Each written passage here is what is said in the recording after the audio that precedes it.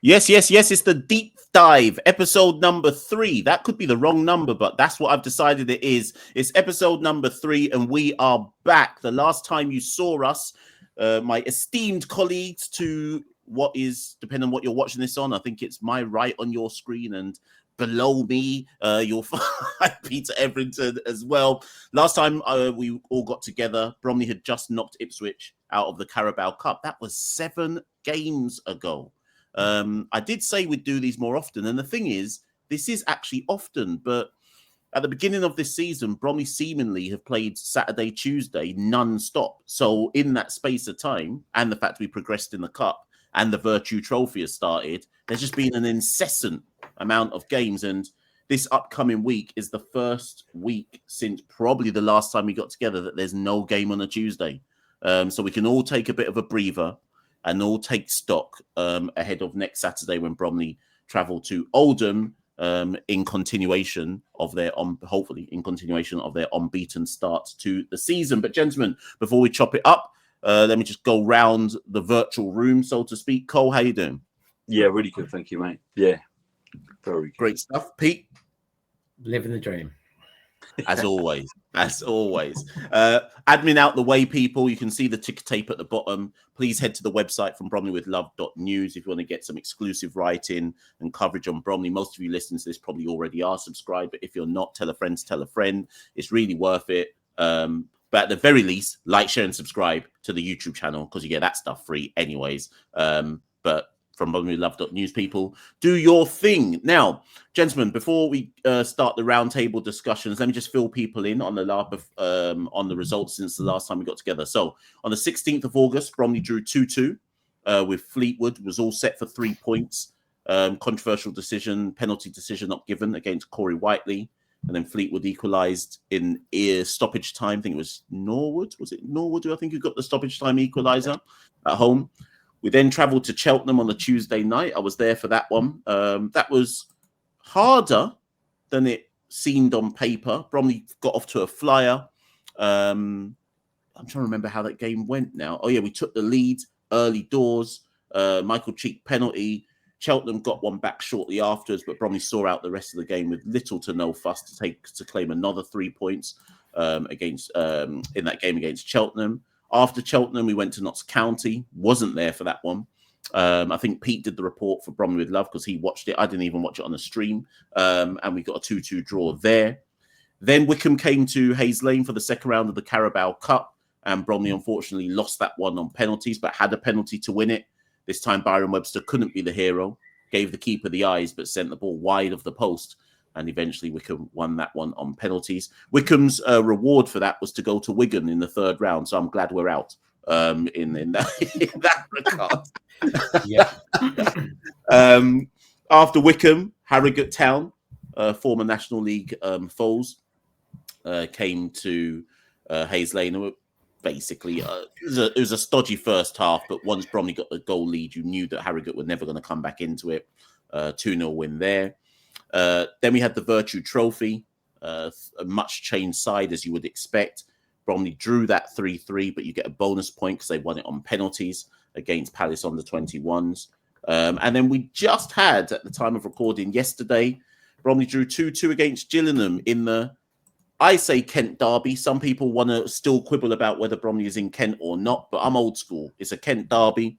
The last 2 unbeaten teams in League Two in front of Sky Sports cameras, and another late equaliser in the 8th minute of stoppage time. Granted, there was another 4 after that. In the 8th minute of stoppage time, a Max Clark penalty after Bromley old boy Gareth McCleary had duped the referee. Duped. I don't know why I'm laughing, but Gareth's lucky because he's a Bromley old boy. I could be rather sanguine about it. Bromley old boy McCleary duping the referee, winning a penalty. And Gillingham equalising with virtually the last kick of the game of consequence to keep their unbeaten record intact. Bromley are still unbeaten as well, but Gillingham stay top of the league in a very congested top 7, top 10 of the table. There does not seem to be a standout side in League Two as things currently stand. So, gentlemen, that's a quick synopsis of what's gone on. You know the drill by now. I come up with some key questions, etc. But let's start as we always, well, I say as we always start, but it's how I intend to always start. over those last 7 games, Cole, and kind of looking over the start to the season thus far. First to you, what's your synopsis of the season thus far? Very, very solid start to the season. Obviously unbeaten in the league. We've only lost 1 game, and that was on penalties and the whole thing. Just really, really good. The new signings have bedded in really well. Eiffel's playing well, Pinnock's playing well, Kabamba scoring goals, which is exactly what we wanted, because that takes the burden off Cheek. Both on target yesterday, which has to be good.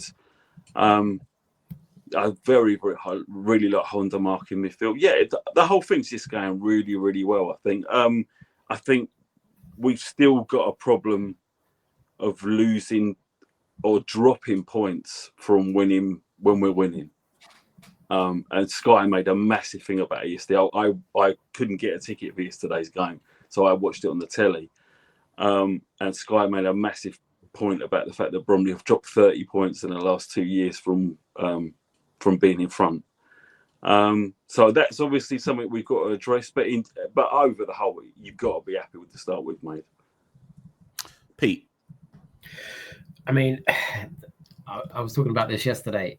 It's lovely to be at the right end of the table and knowing almost certainly that you're going to be there for the rest of the season. Now, I know I'm tempting fate, but there's nothing about this Bromley side that says it's all going to suddenly collapse and it's all going to go to crap. It's weird because I think, Bromley fans of a certain vintage get a bit tetchy about looking upwards rather than downwards. But it's just, for me, it's just very reassuring to be looking up. And Andy Woodman, I mean, he wasn't in the best of moods after yesterday, and rightly so. But he's saying, let's get rid of that mantra of, little old Bromley, look how far we've come. That's not it anymore. It's, we're here to compete at the top end. And I think, Mash said it at the end of yesterday's deep the after game video. I think Bromley are aiming for top 3, and they've got every right to. And I think Andy Woodman's got his sights set on that, and that's a great place to be at. I'd much rather be aiming higher than one of those teams looking at the bottom thinking, am I going to be down there at the end of the season? Because Bromley just aren't. Yeah, I think what's interesting, it's hard to not just focus on the most recent game, given there's been 7 since we last chatted in this forum. But there was kind of like a bit of a discourse yesterday about how Gillingham fans celebrated, mainly online social media discourse about how Gillingham fans celebrated. Now, I think if I was a Gillingham fan, I would have celebrated the exact same way, but not because they scored a last-minute equaliser. Like, if Bromley scored a last-minute equaliser to draw 2-2 against Cheltenham, who are crap, then I would have been like, well, we got that one, we got away with that one, but it's not an exuberant celebration where all the team come over and we go, oh, bloody hell, well done.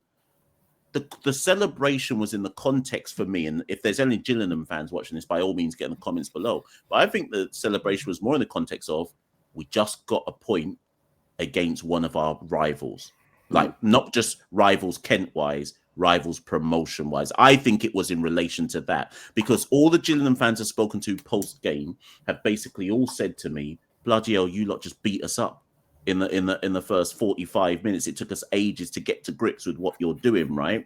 And in that context, I think that's a rival fan's way of saying, yeah, you lot are bloody good. And that's a real good point to get. And Gareth Ainsworth said as much in his post-match, both with Sky and when I listened in on his interviews with Gillingham and BBC Radio Kent, etc. It was like, thank God we don't have to come back here again this season, unless we get FA Cup. Thank God we don't have to come back here again this season, and they don't come to us for a long time, right? Because I think it's the acknowledgement that if you're going to beat Bromley, that's why we're unbeaten. If you're going to beat Bromley, you're going to have to produce something special this season. You can't just... at the beginning of last season when we arrived in League 2 and we were naive in spots, teams are coming away with points that they shouldn't have done. Crew came from behind and won in the last minute. Carlisle pulled off, and we were naive in spots. Whereas now, I'm like, actually, yeah, there's still a disappointment about, just like Fleetwood, teams have scored an equaliser in stoppage time. But there's also an acknowledgement that I didn't have last season, where it's like, yeah, but you're not coming close to beating us. If you see what I mean, you're scrapping just to get something, but you're not in a position to beat us at any point in time. Yeah, absolutely. Yeah, I agree with that, and I think that feeds into, you know, the upward momentum of the team in general. You know, since last season, I think so many lessons were learned at the start of last season in terms of, yes, look, you could say Bromley are still giving points away, but you could also argue it's, you know, standard referees is still, you know, we hoped it would be a better standard referee, but is it? But so yeah, I think they're doing really well. The next topic of talking about referees. Yeah, you took it there by mentioning the referee, right? Wow. So Pete can go first because he's the first one to raise it. So I thought the decision. I'll go just back to the Fleetwood one first, because that decision was ridiculous. For when Corey Whiteley was fouled and was waved away. I did a piece, obviously the verdict after the match yesterday, where I tried to explain to fans that I can see why the referee gave it, even though it was horrendous and obviously wrong, because he doesn't have the benefit of view that people on TV have, right? And I certainly gave it in the ground because I couldn't understand why else Gareth had gone down. Or from my point of view in the ground, it's like, well, he must have gone down because someone's fouled him, right? However, I don't. Pete, I'm coming to you. Sorry. Where do you stand on? Yes, we've dropped points against Fleetwood and Gillingham, but both of them have also involved absolutely horrendous refereeing decisions, which have come to then bite us in the arse. Well, I'm with you in as much as, you know, I was in the North Terrace, and from where I was standing, a long way away, everything about it looked like a penalty. The goalkeeper dived in, the ball went, you know, the other way, and the player got taken out, Gareth McCleary, unfortunately. But actually, funnily enough, I was thinking about it earlier, and I think the only people in the ground who knew that it wasn't a penalty, based on the players' positions where they were sweeping in, was the Gillingham fans behind the goal, because they would have had a clear sight on it, and the Sky cameras. The referee, I can't say exactly what his position was. I need to look at that again, but I've got a funny feeling he would have seen a sort of a sideways or more angled view. So from my perspective, I can understand at the speed the game's going at, the referee's got to make a decision based on what he thinks he's seen.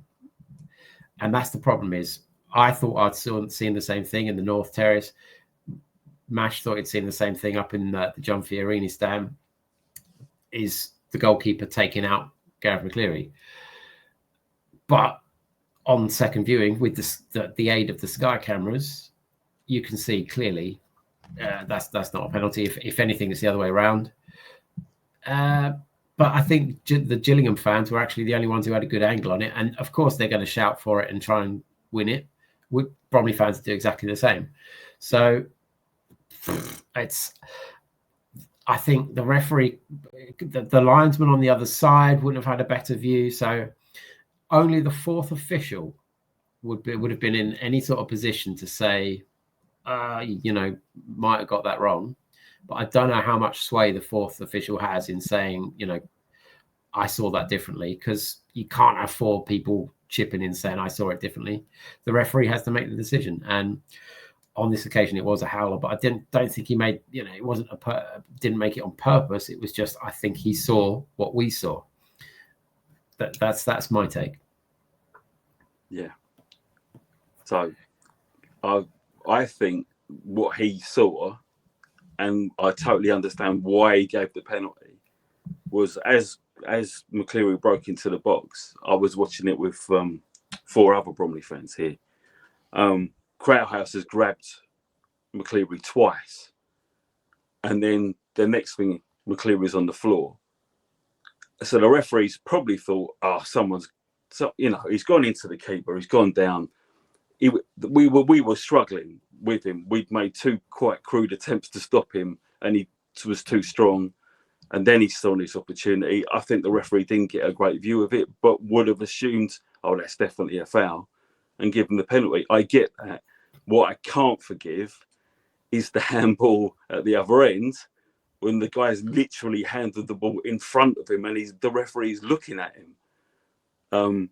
And then we wouldn't even be worrying about this penalty, because we would have had a penalty of our own sort of 15 minutes earlier. That was the howler for me, bigger than the actual penalty that Gillingham got. Yeah, I agree with that, because that, I presume we're talking about the one where the player then fell to the ground holding his head, trying to disguise the handball. Yeah, all the Gillingham media said to me straight away that was a handball. Everyone said that's a handball, right? But I didn't see it in the North Terrace, and I was right behind it. And so that's interesting. I don't know. Obviously, the referee wasn't standing where I was standing, but no one in the North Terrace was appealing for it.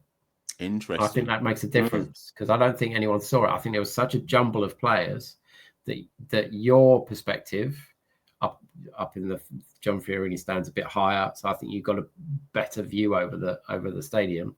I think if the North Terrace had gone crazy for it, I think the referee might have had another thing, but I don't think many people saw it. Correct me if I'm wrong, of course, because if people have watched it and said, "Hey, I saw that was weird," but I don't think anyone saw it apart from people who had a better vantage point. So the only reason I knew it was a penalty wasn't because I necessarily knew he'd handballed it.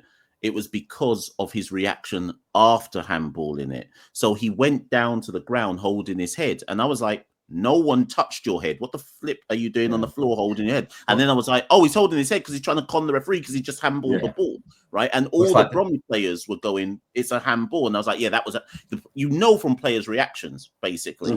And it's the same with the Corey Whiteley thing it was the same. The players on the floor feigning an injury, playing and looking up at the referee, hoping he's not going to get it, Yeah. Put it this way, Max Clark, I think it was Max Clark, he couldn't believe it wasn't given. That's how bad of a decision it was. He kind of looked up from faking a head injury and realized, oh shit. It's like, oh, it's not been given. Oh, all right then. Got up and ran off, carried on with playing the game. Now, here's the thing though. If I just circle back to the actual Gareth McCleary penalty, here's the only reason I'm really critical of the referee. So whilst I can acknowledge that why he gave it, ultimately though, my issue is that there is no way on earth, and it's easy to criticize referees, probably the easiest thing to do in football, but ultimately, at some point in that decision, he has had to make a guess.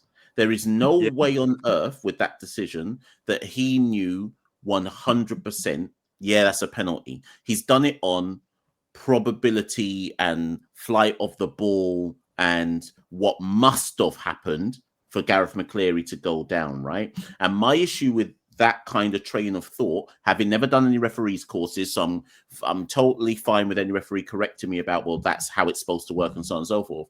But my issue with all of that is to go through all of those permutations in your head. That means the first permutation is, I'm not sure, I'm not completely certain, but it must be X, Y, Z, right? Similar to what I went through in the John Fiorini. My thinking was, I don't know if he's being fouled, but why else is he on the ground? So it must be a penalty, right? But from the minute that's your train of thought, that means you don't know. If you see what I mean, right? So that's my only concern with it, that there is no way he was 100% certain. And I've always said with a penalty decision, if you know you're not completely certain, why are you giving it then? Or is that too simplistic? I think it helped that the Gillingham fans were behind the goal going crazy for it. Yeah, absolutely. I think that, and it would have been, as I said, a second ago, it would have been the same if the Bromley fans were behind the goal going crazy for the handball. I think the fact that the Gillingham fans were amped up, going into the final minutes of the game, take anything you can get, scream for the penalty. And I think that helped sway the referee thinking, I haven't seen this perfectly, but the ball's kind of gone off in the direction that looks like it would have been. And the player's gone down. I understand it, but yeah, it's should you make decisions based on that? No, but referees unfortunately are human. No, fortunately are human. We don't want robots running around. Or do we? I don't know. But it's just you got to take the rough with the smooth sometimes. And I think people say over a season it evens itself out. Maybe it does, maybe it doesn't. But it feels like, and Andy Woodman's cross, because Bromley have had, I think, a certain amount of points he reckons taken away from them by poor refereeing decisions. But will that come back around? You'd like to think so in the long run. Yeah, and from what you said on your verdict piece, don't want VAR, never want it. Don't want Bromley playing in a league that's got it. I'd take the odd dodgy decision to avoid that farce. So, you have to take the rough with the smooth, I guess. Well, you must have realized what I was about to ask you next. It was going to be that question. So we'll move on.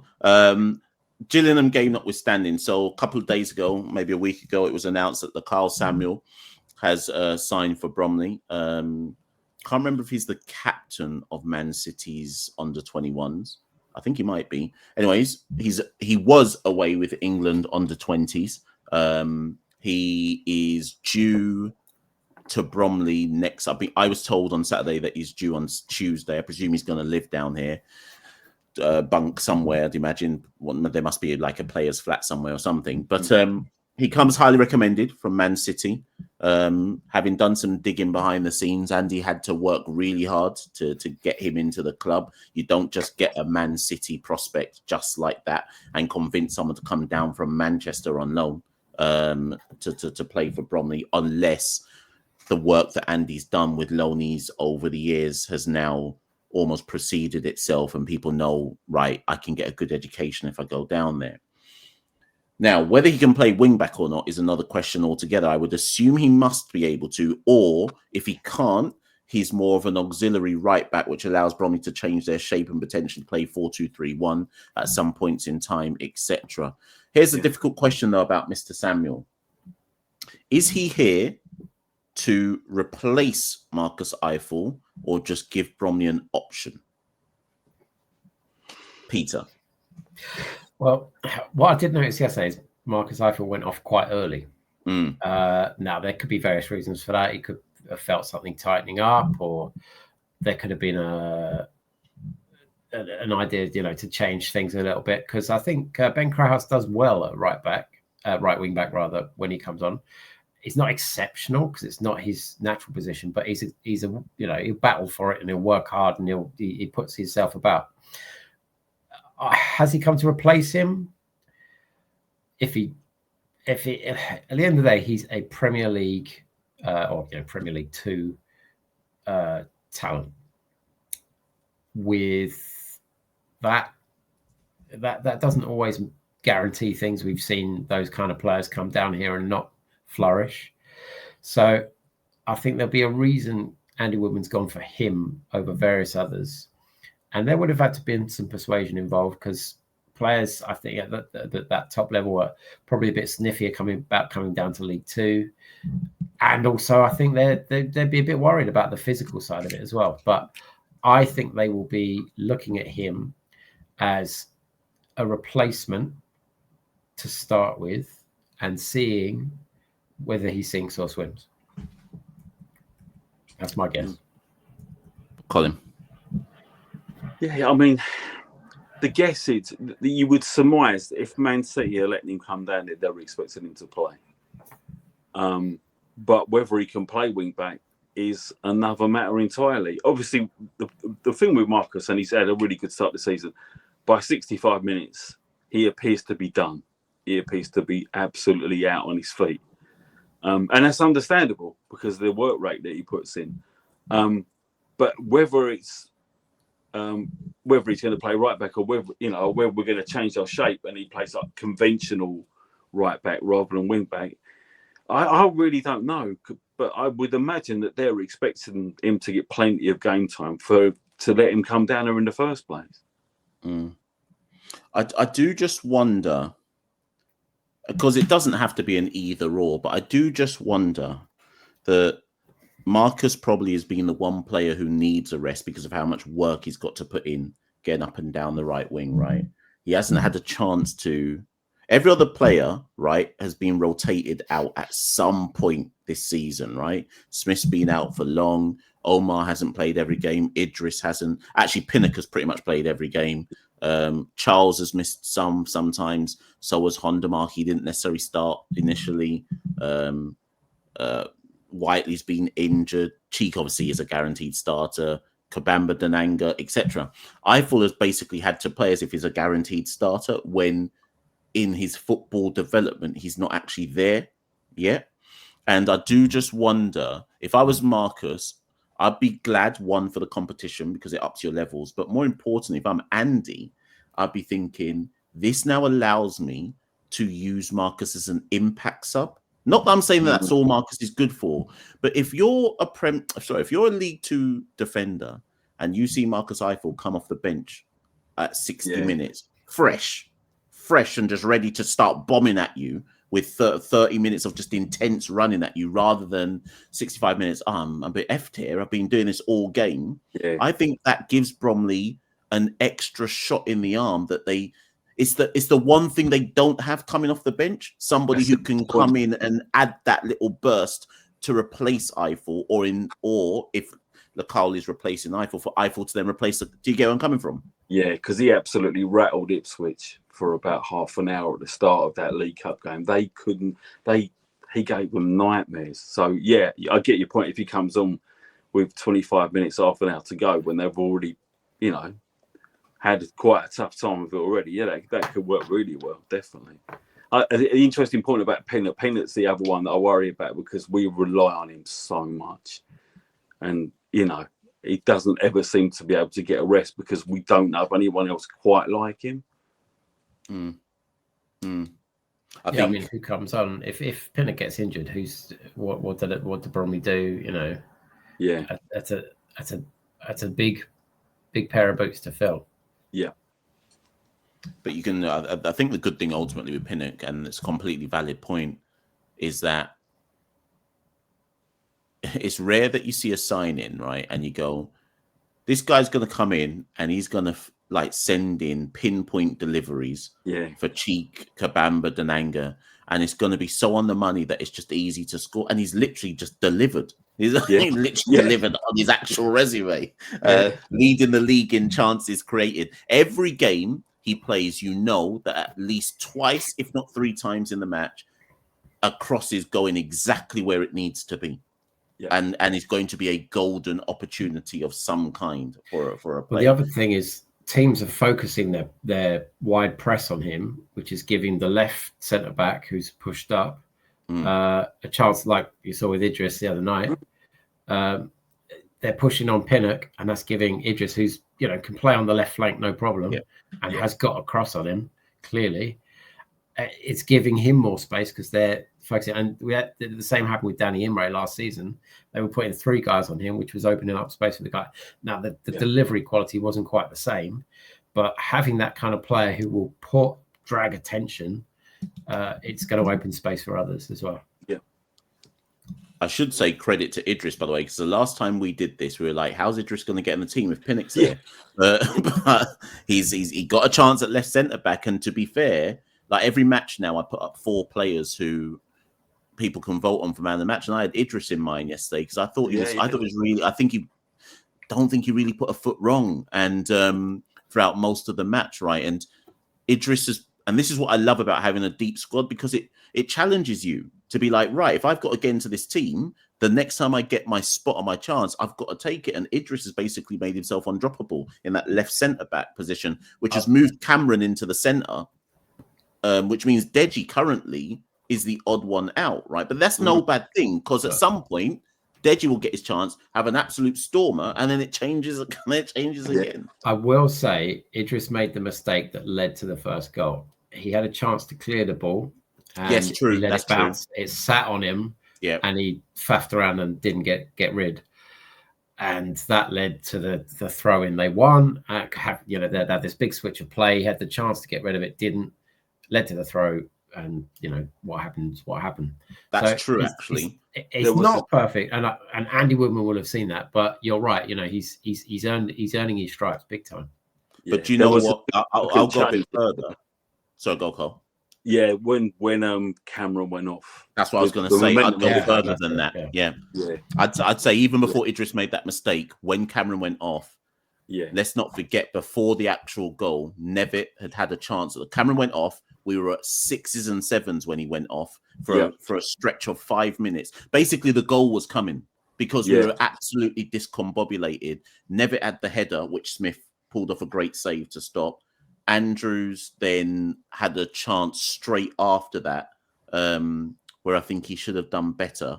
And then Andrews then scores from the throw on like 2 minutes later, right? And we were under the pump for. So I agree. Idris doesn't clear the ball, but actually, if you go back and watch that, I'll need to watch it on Sky. But if I remember rightly, there was a 5-minute passage of play, if not longer, after Cameron went off, where everyone was just panicking. Basically, is what I saw. We were panicking in the back line, and it took about 10 to 12 minutes to settle down again. Yeah, but by then Gillingham had scored and the momentum was with them. The marking for Gillingham's goal, like beyond obviously we gave the ball away, but the actual marking for the goal, that's so un-Bromley. Like to let a guy at the near post get a virtual free header, you just don't see it. I couldn't quite believe what I was watching. I think Andrews was on mark to head in as well. Was it him who made first contact? Yeah. Oh, yeah, there you go then. Yeah. The tallest guy in the team. Yeah. Like, I wonder where it's going to go. Right, listen. We should wrap this one. We've gone a bit longer than planned. So let's look ahead to, by the time we next convene, I reckon at the bare minimum, 4 games will have happened. So I'm going to ask you to give me your prediction for the following 4 games. Oldham away, Chesterfield at home, Swindon away, Tranmere at home. Colin. Yeah, okay. Oldham, just win, draw, loss. Okay, win at Oldham, draw at Swindon, beat Chesterfield, beat Tranmere. Wow, that's very confident from me. Hold on a minute. You just called 10 points from 12. I did. Right, okay. So Colin said, just to clarify, that's how I know we're good, because Colin's gone all out there. Right. So Colin, for clarity, people, Colin has said win at Oldham, win versus Chesterfield, draw versus Swindon, win versus Tranmere, 10 from 12. Pete. You know what? I'm feeling positive. I think I've got a funny feeling Oldham's going to be a draw. I just think going away, playing in a difficult team at a difficult time. But against Swindon, I'm just feeling a win. I don't know what it is. I'm feeling a win against Swindon. Chesterfield a draw. Tranmere, a bit of an unknown quantity, but I'm going to say win. So so you've got 8. Mm-hmm. That's cool. Right. So Peter said draw at Oldham, draw versus Chesterfield, win at Swindon, win at home versus Tranmere. I am going for I'm just looking where Oldham are in the league, 17th. Right. I am going for win at Oldham, win versus Chesterfield, lose versus Swindon, win versus Tranmere. I think Swindon will be the first team to beat us this season. Well, that was going to be my question. If there's going to be an L, where would it be? And you're saying Swindon. I think the L comes in this next 4 games somewhere. Yeah. I would say if there's going to be an L, for me, it's Chesterfield, but you might be right. Swindon as well. Both offer very difficult challenges. I mean, they're all difficult challenges. No easy games. And if you have a bad day in this league, if you're not at it, you're going to get found out quite quickly. So put it this way, though, what I will say is, irrespective of who's right, so to clarify, Colin is the most optimistic. I cannot believe it. Has said 10 from 12. Peter said 8 from 12. I've said 9 from 12. But what I will say is this: if Bromley get through these next 4 games undefeated, then anyone who's not yet believe in the hype, I think better believe the hype if they get through these next 4. Because we haven't actually played. If we look at the top 7, Bromley current top 7, Bromley have only played 1 team in the current top 7. Yeah, that's right. And Chesterfield and Swindon are in the current top 7. I think that's when you start to ramp things up a bit and say, okay, we're playing the more teams in and around us. So I think that will be quite instructive as to where we're at. I think the next 4 games give us a really clear picture of exactly where we're at. Yeah, most definitely. Right, people, that's been the deep dive. Another episode of the deep dive. Please comment below if you're that way inclined and have the YouTube capabilities to do so. If not, I'm sure when I post it or call or post it on Facebook or message boards, whatever, please, you can comment there as well. At the very least, like I said at the start, at the top, like, share, and subscribe. Hit the notification bell for any type of content that comes on this channel. It's all free. But if you'd like to read the exclusive stuff, you can head to www.bromleywithlove.news. That's where you get all the exclusive articles, etc. Got 2 pieces dropping this week. Let me give the teaser. Let me let the people know. I've got a piece dropping on Andy Woodman, but more importantly than that, I've got a piece dropping on Danny Waldron. I've had a chance to speak to Captain Braveheart himself, who's the current manager of Beckenham Town. And so for the old school, look out for that. I'm sure every Bromley fan of a certain age and vintage will look forward to hearing from Danny. So yeah, look out for that, people. Thank you to Cole. Thank you to Pete, as ever, the guest, the fellow hosts on the round table of the deep dive, and we will be back very, very soon, if it's Cole gets his way, to talk about the league leaders. So we'll be back very, very soon to digest that. Thank you all for listening in. See you soon.